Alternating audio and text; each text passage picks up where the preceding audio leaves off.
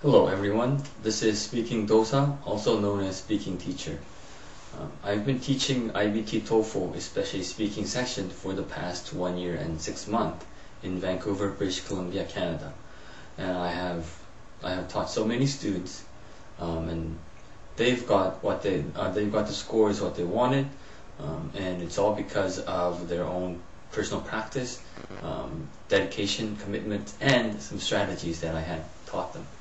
Now, what I'm going to do through the series of lecture, IBT TOEFL speaking lectures, I'm going to give you some strategies that I have come up with and share the knowledge and some tactics how to be successful in TOEFL IBT speaking sections.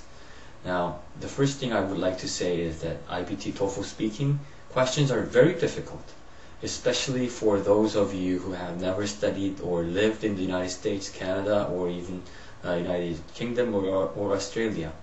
Now, it doesn't matter if you, the second point is, it doesn't matter if you lived in the United States for 3 or 4 years, as long as you have not been exposed to academic listening or speaking environments. For example, most of my students are studying either in high school or college in Vancouver, and they've been here for about 3 or 4 years. They have no problem at all with talking to their friends, to their teachers, or even figuring out what's going on in their class. But when it comes to TOEFL IBT speaking questions, they always suffer. They hesitate. Their scores are usually 20 or 19 or even 15. Now, why is this? Because TOEFL IBT questions, speaking questions, are not conversation questions. It has nothing to do with your conversation skills. It has nothing to do with whether you can order McDonald's, Big Mac, near your place. Doesn't matter if you can say hello, good morning, how are you? I'm fine, thank you. It has nothing to do with the basic communication skills in English. Now, what it really counts is whether you can make a good short speech on the topics that you are not familiar with. That is the key point. The second thing I would like to mention is that you gotta have good standard pronunciation and intonation. And pronunciation, I mean U.S. United States standard pronunciation. If the people down the States say like water, then you're gonna have to say water. You have to mimic, you have to imitate. You cannot say water and expect a high score. And your intonation must be there. It has to be alive. It has to be vivid. You gotta have to put your emotions in your sentence. You gotta have to make your listener, IBT reader, feel the same way that as you do. Now, the third point is that, I'm sorry, I have this bad sneezing problem. Excuse me.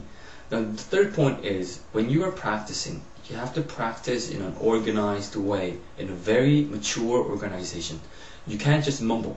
You cannot just give all the reasons in the world and give no details at all. Your scores will suffer. Now, the third point, which is the organization, that's something that I can teach you.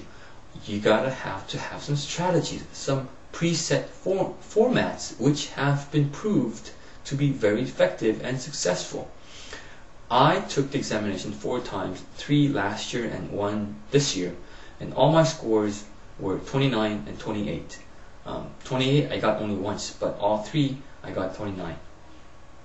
Now, even though I have lived in Canada for almost half of my life, I was not born here. I am an ESL student, just as most of you are right now. I know how difficult it is to learn English as a second language and make it and make yourself fluent in it. It's very, very difficult, time-consuming, very frustrating process. But since you have the score that you have to get for your own purpose, whether it's for your license, whether it's for your graduate studies, or whatever the purposes are, you gotta have to get them. And This has everything to do with your life goal. Now, those are the simple introduction. It's not rather simple, but very, very profound and fundamental points. But let's put that aside and do one question by one. Okay, let's move on to number one. Question number one. Question number one is all about personal preference. Your own experience, your own ideas, your own stories, your own decisions, and your own past experience. Now,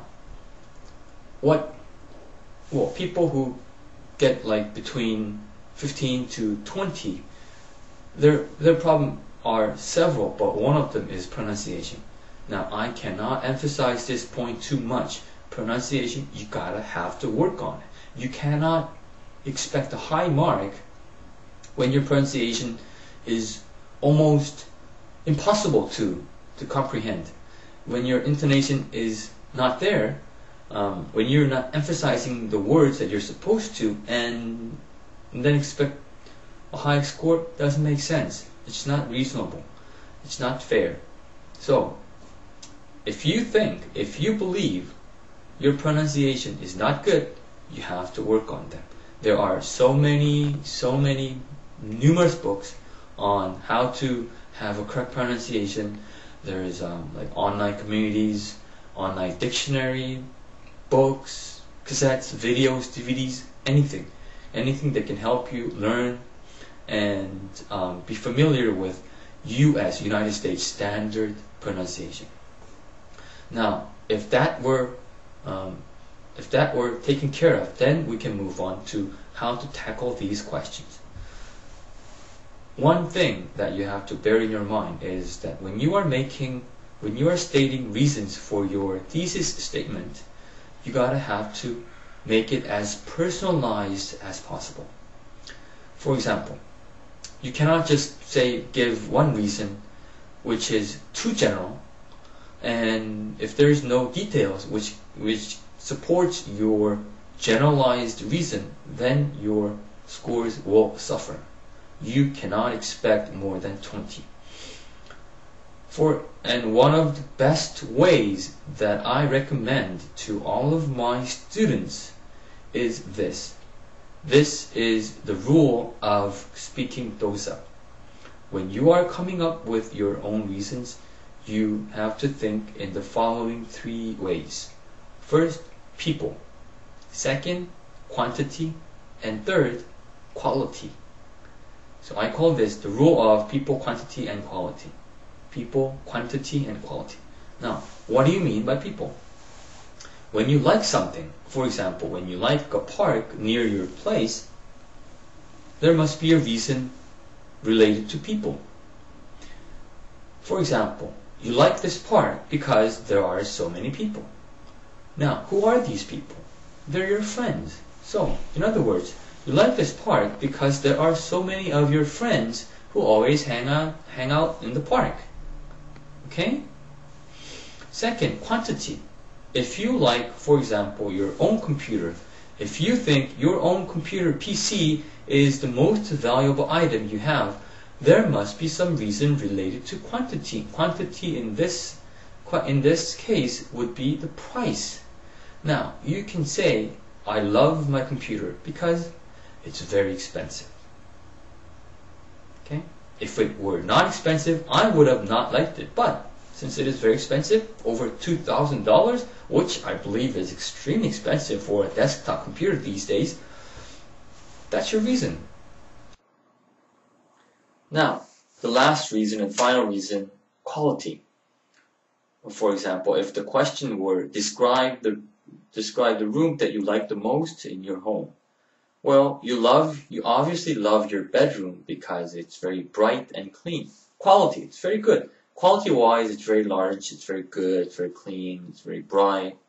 Those reasons. So, your reason might as well be like this. In addition, I really love my own bedroom because it's so bright and very clean. It's bright because there is a large window which allows lots of sunshine coming into my own bedroom, and every morning I feel really fresh and warm. Well, and it's very clean because my mom keeps the room very organized, and there's also a clean lady who comes to my place every other weekend, and she cleans up my room. It's very, very clean. That's why I love my room. Okay? So once again, role of people quantity and quality, role of SpeakingDosa, speaking teacher. You can use this rule in not only in speaking questions, but also in writings when you are stuck with your own lessons. So until next time, everybody practice really hard. And my email account is always open, to everybody. And once again, it is speakingteacher@hotmail.com. Once again, it's speakingteacher@hotmail.com. I'm glad to give you guys pointers and comments and how you can improve your speaking skills. So until next time, everybody practice really hard.